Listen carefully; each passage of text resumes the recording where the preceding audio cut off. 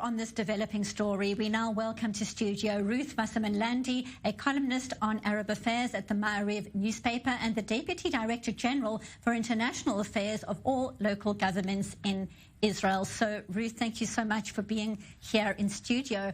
And quite an intriguing and frightening story we were hearing there, a description from Daniel talking about really this shooting in broad daylight, a gang shooting, it appears, and claims that police didn't do enough to protect two Arab Israelis who were being transported in a convoy.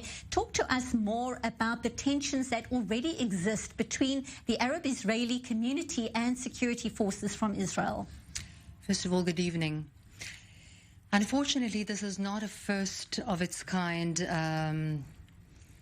happening in the Arab sector in Israel. The violence and the rate of violence has been going up for a long period of time. In fact, if you do a kind of a check with the Arab Israeli population today, the number one issue by far is the issue that they are dealing with a huge rise in violence within the Arab villages and, of course, the mixed cities. There is a huge fear amidst the Arab Israeli citizens, the inhabitants of those towns and cities, given the fact that one can walk in broad daylight and simply be shot. Now, what is happening is two things. One is feuds between families that are, let's call it criminal families that are feuding one another. But there's another issue. There's an issue of Hamulas fighting one another because of things that at times they don't even remember where it began, sort of vendettas, if you wish. And then the issue of killing somebody from the other family. It doesn't need to be somebody specific. It can be anybody. That is exactly why a convoy of the entire family that was scared of being vendettaed against was being escorted out of that town into a different town in broad daylight with police escort. And yet the fact that they were shot in this scenario indicates how secure those criminals actually feel to shoot in broad daylight with live ammunition under the very eyes of the police. So this is perhaps indicative of the degree that the violence has reached.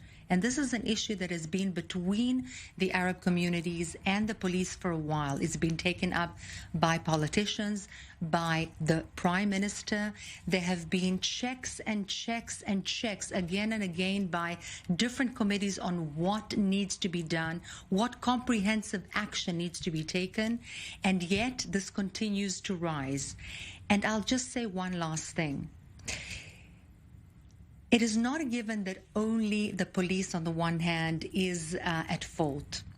There is also an issue of the community in and within themselves that need to be looked at in terms of leadership from within. What is the community leadership doing in order to go against this kind of violence?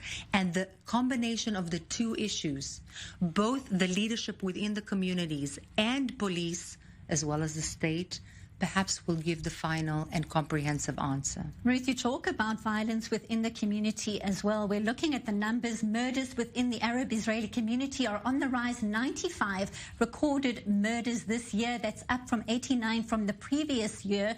You mentioned the channels that people can turn to. Who do members of the community turn to if they are feeling unsafe, perhaps abused, or some kind of victim of crime? Who do they go to next? So there are very different things. I mean, if there is violence within the families, it's a very sensitive issue, very difficult to deal with.